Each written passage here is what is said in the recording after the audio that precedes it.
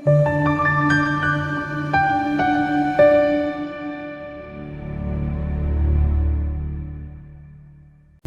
ukukhuluma nawe kwi-channel kama ku-Pastor Nick, i-channel yufliki. Siyabonga nje-ke ithuba elinqayizivele ukukhuluma nawe. Ngiyathemba ke la ukhona khona nawe ubusisekile, uyaphila, konke kukulethela impumelelo okwenzayo.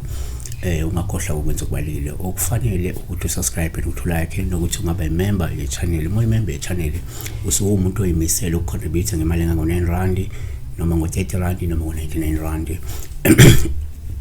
Should it depends on you choosing ukuthi ufuna ukunikela ngamalini on the channel or to the channel. Okunye okubalulekile ukuthi ungasubscribe ke uhamba ubheke namanye amavideo angaphezulu kwa-1000 akhona. Inamba isenze kuphela uma ungumlandeli le channel. Vele sizoyigcina siyivulela kube kuphela abantu abangama-member, izogcina isenze kube kuphela. Ungangifonela ekseni before 9, ungifonele ngo-9 kuya ku-5 ntambama. Ungangifakeli WhatsApp, ungangifakeli SMS. Sebheka la iphupho elika-user akanalo igama khona la ku-comment section uthi ke sawubona.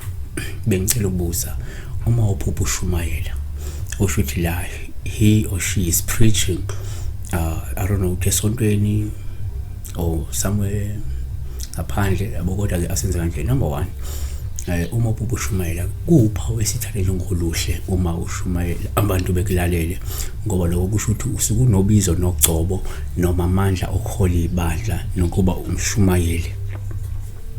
So ngokukaMathewu 16:15 wayesethi kubuhambani niye ezweni lonke nishumayele ivangeli kukho konke okudaliweyo.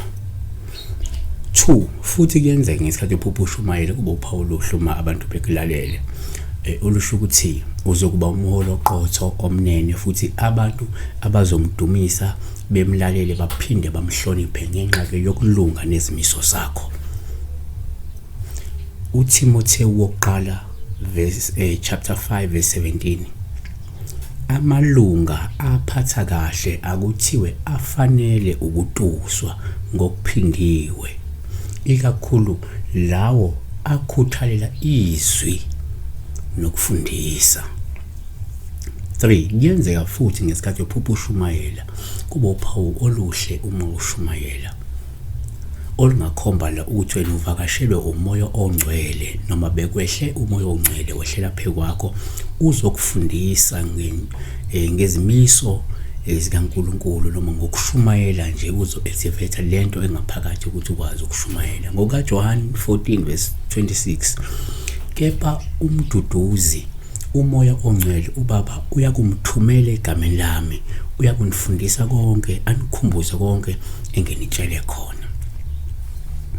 4, uma uphupho futhi ushumayela kuwuphawu oluhluma nabantu bekulalele, ngoba lokho kungabuye nje kukhomba ukuthi wembedwe isithunywa wena, kade sikuvakashele, kade sikhambele, futhi kungenzeka sifuna lokuthi wena ube umshumayeli kulona leli bandla kade ushumayela kulo, noma ke ebandleni yoliqala wena esikhathini siza yoba ngumshumayeli, noma ke wena umisele ukuthi uhambe nje ushumayela ivangeli, ushumayela indaba ezinhle, yabona.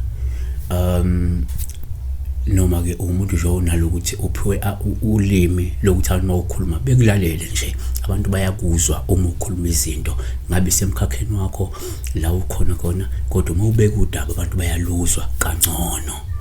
Asifali ngokuthi number 5, kodwa ke uma uphupho ushumayela kuwuphawu lokuma ngenzeka wehluleke lokushumayela noma abantu bengakulaleli ngesikhathi ushumayela, ngoba lokho kusho ukuthi wena uzodumazeka ngenxa yokuthi ke isifiso sakho ngeke sifezeke futhi abantu bazokuhlamuka, yabona.